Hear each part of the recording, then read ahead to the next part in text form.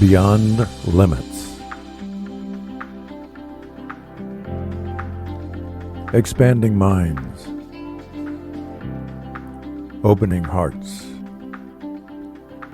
Connecting into oneness. Welcome to Beyond Limits, and I'm Reverend Larry DeRusha at the Center for Spiritual Living in St. Louis, Missouri. And on the other side of the picture is Reverend Lee Wallach from the Agape Spiritual Center, which I love the name. It makes perfect sense to me now.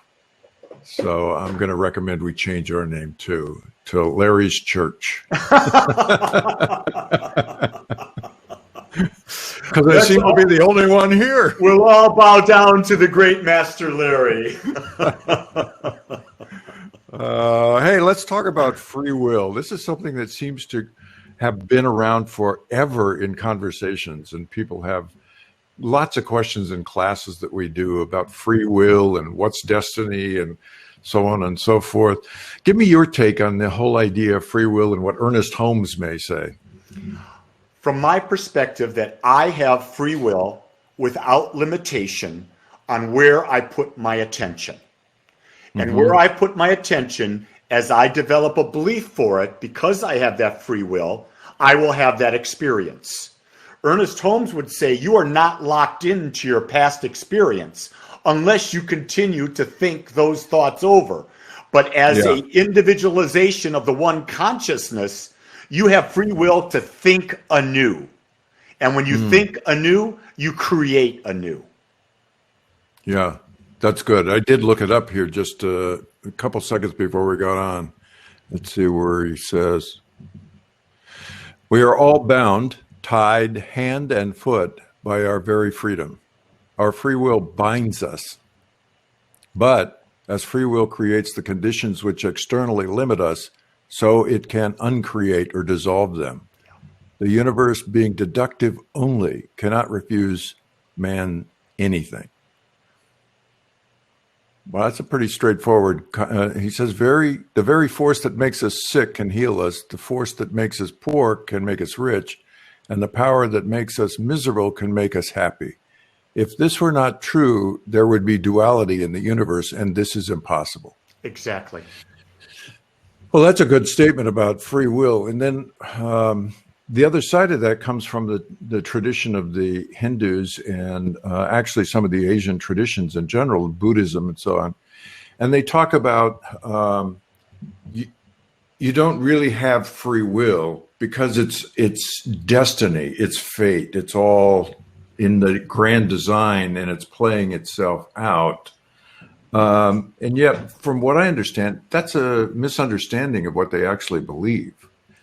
What they believe is, in my understanding of it, is that there's one power in the universe. And Ernest Holmes says the same thing. There's a law in the universe. There's one power.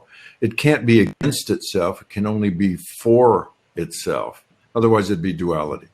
Okay, well, that makes sense. Now, if there's only one power, then that one power must be the thing that's making the decisions and guiding the manifest human being in the direction that it wants to, based on everything else that's necessary for the input. In other words, the stars have to align properly, and the car has to be sitting there, and the other person that I'm going to buy from is going to have to be there, and all that stuff coordinates into the decision that's made now. How do you see that? I don't think there's a divine plan. I think that each of us, as an individualized point of consciousness, has the freedom to create whatever experience we choose. Now, we don't have the ability to create someone else's experience. In other words, I could say, I would like to have been younger, and I would like to have Marilyn Monroe as my wife. I can't put that out there, but what I can put out there is I would like to have a relationship with a woman who represents the qualities that I perceive are in Marilyn. So I can't throw my free will and take the free will of someone else away. And right. Yeah. So you can't take somebody else's free will. You get that. But what I'm saying is that the universe must orchestrate everything, or otherwise it can not orchestrate anything, because there's only it. And So everything is it. that's right. So if everything is it, and everything is it, it is infinite, then anything I could think of can be created by it because everything is available to it. Now, we can't designate how it happens because that would be Right. limiting the universe. But our thing is to have faith and believe it will Whoa, happen. whoa, whoa, whoa. Well, hold on a second. The whole idea that you just said, well, I can think of something that I want to create, is that not limiting the universe? You are given the right, like a camera lens. You are given the right to focus in on something, and that focusing in develops a belief behind it. When you have that, you're telling the universe, in my experience as a point of consciousness, this is what I'm choosing. And the universe says yes. Okay. So in the manifest world that we're talking about, in neuroscience, for example, they talk about the prefrontal cortex as the decision-making apparatus of the brain, and the hippocampus plays a part in that. And that sensory information comes into the hippocampus, and these neural networks begin to operate, and prefrontal cortex gets this information, and a decision is made either to be either A or B. So that's neuroscience. What just blew the heck out of neuroscience was the research showed that the electrical impulses that hit the hippocampus and the prefrontal cortex all happen before the actual thought in the brain area of what it is you want to do. So then who's pulling the freaking strings? Is that not interesting? Yeah, but it's, in my mind, it goes back to what we say. We talk about this before. We've said this many times. I am not my body. I'm not my mind. I'm consciousness. I'm an individualization of the one consciousness, or a point of consciousness within it. Therefore, that consciousness, I think, is what you're referring to, that's telling the brain, hey, and the brain responds after the fact. That's how I see it, at least. Yeah, I think I'm with you on that one, because I see it like you were talking even earlier about awareness. Our awareness focuses on something, and that awareness is what stimulates whatever the manifestation process is within us, as opposed to necessarily the conscious thought that I'm going to get this coffee cup, pick it up, and before I ever get to the coffee cup, the decision was made to pick up the coffee cup. Yep.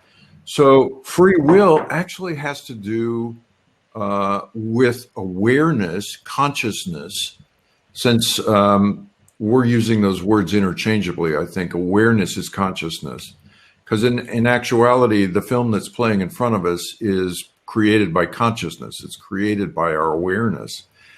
But this idea of free will confuses people. And I think one of the things that I keep coming back to is where you are in your belief of what's the world about. If you believe that everything has to be manifest from my mind that I think, then that's the way it's going to be for you. It has to be in that world. If you believe that it's all done by destiny and there isn't anything else, the world will play itself out the way it needs to play itself out, according to the world needs it to figure. The universe or consciousness figures it out, along with, as you and I have said before, your beliefs that are involved in it, because that subconscious mind is very active in decision making long before conscious mind is. And so let me even take this a little bit in a different direction. Right now, and I saw this in 2020, and I believe this to be happening in 2021. I think the time between demonstrating, creating the thoughts and the beliefs, and the actual demonstration, I think it's increasing. And you can see the pace of the change that happened in 2020. I think everything is increasing. Now, keep that in mind. So I'm not. Wait a minute. What do you mean everything is increasing? The time between thought and manifestation? Exactly. Okay.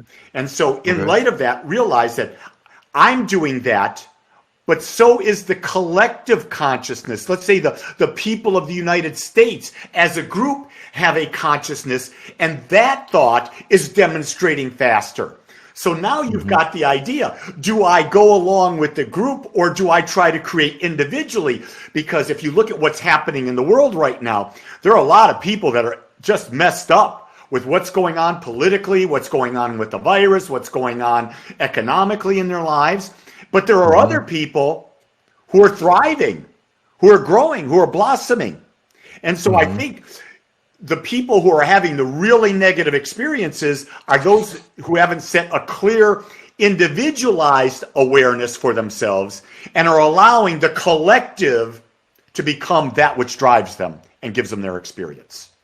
And so That's we have good. free will to be in the collective, but we also have free will to be outside of that too. Yeah. The difficulty with the collective is that most people don't understand what's in the collective. Yeah. You know, we talk about the race consciousness, meaning the human race consciousness. That consciousness is not conscious. And so we don't know. The way we do know is by looking at what's going on in the world. In fact, what I tell people, if you're watching the news, you're watching what the subconscious of the human race is. Yes. That's what's going on in the predominant mind around the world. And so you can choose to participate or not participate depending upon where your belief system lies on the spectrum of relating to that consciousness, that collective. And we do have a very disoriented consciousness right now in terms of what's going on the planet. And we can see it because we can see where race mind has gone by looking at the fact that we have COVID, we've had what's the other one? Ebola. We've had these diseases. We've had these storms that we've never had in hundreds of years. We had a solar storm or a storm. Yeah, it was a solar storm, I believe. We haven't seen that in like 2,000 years. They can only tell what happened by looking at the ice structures and telling what solar storms took place. Well, we're having all of this going, and Mother Earth, as a organism, is having a reaction just like the human beings on Mother Earth are having these reactions. And we're looking out here going, well, I'm confused. Well, there's this disinformation, there's information, there's all this stuff going on. I don't know what to do. And it's really gotten people confused. And some people think that the ideology on this side is what's taken over, and others on this side think it's what's taken over. So, as we're speaking about free will, how much does the consciousness of the race, human race, play into our very life itself? As much as we let. I think Right. I think that's the real key. And I think it would be very naive to believe that we're not impacted by the collective consciousness that's out there. That would Of be course. very naive. It affects Where'd us. you get that shirt? Yeah. You got that shirt because of collective consciousness Yeah. of people going, oh, yellow shirts are really good and they're really strong things to have or good things to have. And we're influenced so much every day by what goes on around us. Yeah. Yeah. I mean, just look at advertising. The, and the key thing is is it really what you want, or are they controlling your thought process? You Right. really, really have to get clear on what it is. I know that there are a lot of people of spiritual leadership that are very Hmm. much into politics, very much Oh, into yeah. activism in that. That's not a place I go. I Right. go back to spiritual. I go back to going to cause within my life. Now, I'm having a different experience through this situation called COVID than other people doing the same thing I'm doing because Hmm. they're focusing different. They have the free will to look at it their way. I have the free will to look at it my way. I'm looking at this as ability to expand, to grow, to have a greater outreach. I think there's no better time in the world than to bring this message of free will, of the law working for us, than there is Right. right now, at least in my lifetime. Yeah, I agree with you. It's a really powerful time. And I've been watching a series on Netflix about near-death experiences. As you know, I've had several. and it's something that when you have it, then everything seems to be falling into place the way it needs to fall into place, no matter what it is. And because there's only consciousness, and consciousness being infinite, there is no end to it. There is no dimensions to it. And so we're made in the image and likeness out of consciousness. Since that's true, there is no such thing as birth and death. That's right. There's only transformation of the material that we look and see and feel and taste and touch into something different. And it's interesting the different kinds of near-death experience people have. The one that interests me the most was a lady who had fallen into the water. Something had happened. I think her car crashed and she was in the water. She was out for 5 minutes and she had a fabulous experience. And she said, everything is fine. The way it's unfolding is exactly what needs to be. And she said, there is no future. There's only current moment, which is absolutely true. And as you and I both know, James Pottinger had an experience near death. His is the most dramatic ever. Because James Pottinger, who was a young man at the time of Ernest Holmes healed him because he was in a car accident. And he was coming back from Mexico to the University of Arizona, and he and his girlfriend ran off the road into a ditch, and it threw both of them out of the car. She died. He died. They took him to the morgue. The following morning, 9.5 hours later, he comes up and sits up in the body bag and unzips it and freaks out everybody in the room, obviously. And there was no heartbeat, no brain. None of that stuff was active at the time. Now, interestingly, he couldn't speak. He didn't know how to phrase words or anything. He couldn't move. He didn't understand how to make movements. So he spent over 1.5 years with Ernest doing his treatment work, and he made substantial progress over that 1.5 years so that he could walk and talk and do all the things he would normally do. He's graduated from USC and he graduated from Pepperdine, both with doctorate degrees, one in psychology and one in theology. Larry, talk to the audience. That's amazing. Talk to the audience when you say he did his treatment work. They may not understand what you meant by that. Treatment work meaning the spiritual mind treatment. That is creating a thought of what it is that you want to demonstrate in your life, and then moving into the higher realm of consciousness, which means going into the silence, until there's a feeling that what it is that you want to create is created. At that point, then, it has created. And that's what Ernest Holmes was doing for James Pottinger. And he said, I had to do it over and over again because the mental structure that James had couldn't allow for anything. It didn't know anything, so it didn't understand. But he said it was what changed was the fact that he knew he was going into the consciousness that was James Pottinger, and what he was taking into that consciousness that was the same consciousness, because there's only one, is what impacted James. And over time, he would do it for part here, part there, part this, part that. So over that period of 1 year, he lived with Ernest Holmes day in and day out. And so it was a remarkable story. And the one thing, I spent a lot of time with James.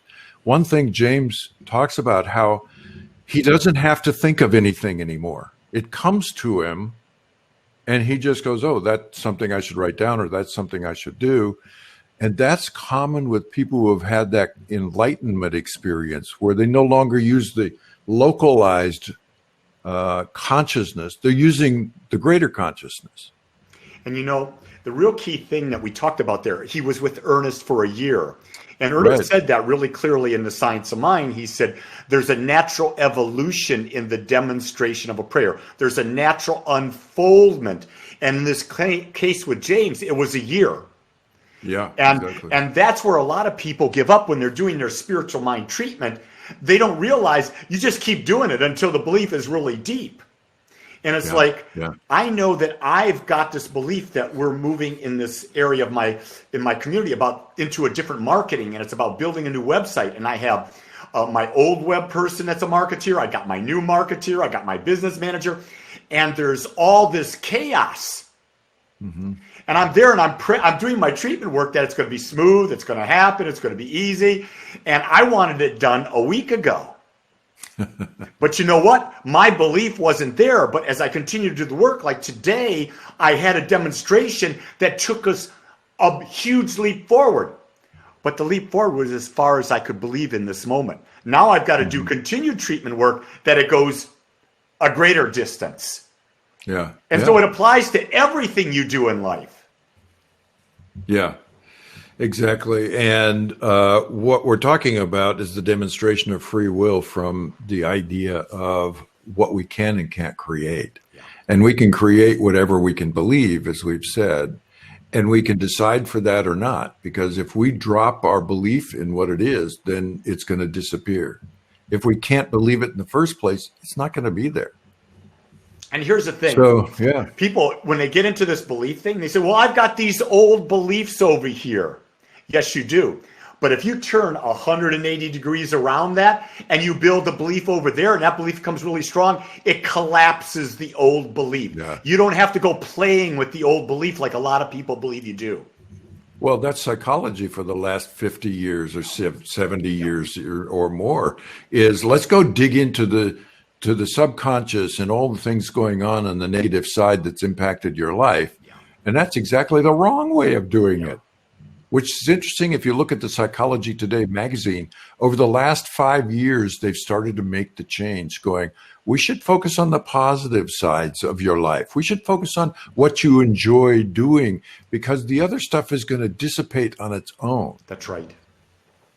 So, and as all the great saints have all said, there is no past and there is no future. There's only the current moment.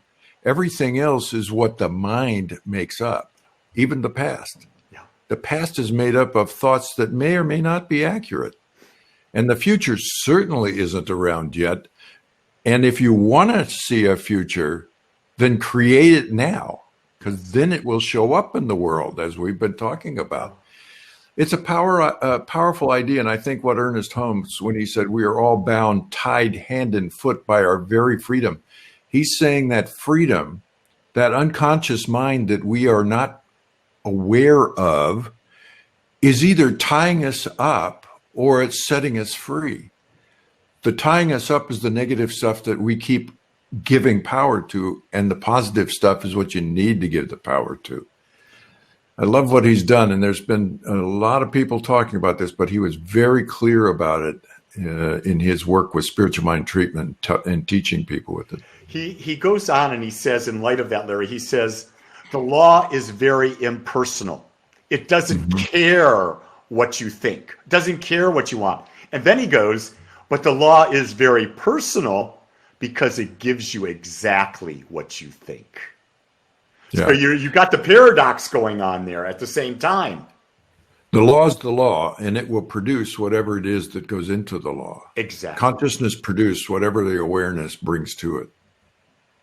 And there are so many different connections in the quantum field and the quantum awareness and quantum entanglement and non-locality and all this that's getting closer and closer to spirituality. I do think, however, we have to be cautious of the fact that a lot of people are in the metaphysical world are using the concepts of quantum physics without an understanding of what it is. And they're trying to justify, and that's a misinformation. And it's a neo-Advaita, as I would say. It's not Advaita tradition that we talk about from India. It's a version of it in the modern day society that is not accurate in what it's portraying. Yeah, I like to go through, like, why do I have to justify anything? Why don't I just keep experiencing life to the fullest, and from that experience, go into greater creation? That seems like a better use of my time. Yeah. And I think the other thing is what's interpreting the experience. Oh, yeah. I love those places to play because I keep asking myself, okay, an experience is happening. What knows there's an experience happening? What knows? There's a place somewhere, and it's not inside of me because I can't find it inside. Yeah. I can't find it anywhere. Yeah. Every time I go to find it, it's not there, which pisses me off. That's the mind trying to do its thing. But it's something, some point in time that we're going to focus on. I want to focus on something, matter of fact, which we're talking about. We now have this platform that we're using, Riverside.fm, which records live. And you can bring people in live and all. And we've done several now broadcasts on it on our YouTube channel. And I want to start promoting it even more and more and more in what we're doing. And with that in mind, I think this coming week, I'm going to start promoting people tune in and send me an email to LDerusha, LDERUSHA, @gmail.com, or to rev.lee, LEEWOLAK, @gmail.com, correct? Yep. And we can then send you, when we get ready to do the live broadcast on Thursdays, we can send you a link and you can participate by asking questions and so on. And I think we're going to have much more active audience with that. I know our audience, I've been promoting it for a number of weeks now, and they're all excited. And, what I'm saying is don't overload us now. Be careful what you ask for, Larry. Yeah. But I think it's time to advance that one. We're getting really good response on our normal audio podcasts that's been circulated around. We have about 900 people listening to the podcasts, and they are very active, but they're doing it when they want it, how they want it, where they want it. And now we're going to say, if you want to actually produce in real time, you can do that as well. So hang on, folks. We're making another leap in consciousness. I love it. All right, buddy. I'll catch you next time. Have a great week, everybody. Bye-bye. Beyond Limits. Join us and ask your questions. Check our website for details on our call-in shows. Check beyondlimitsradio.com. That's beyondlimitsradio.com.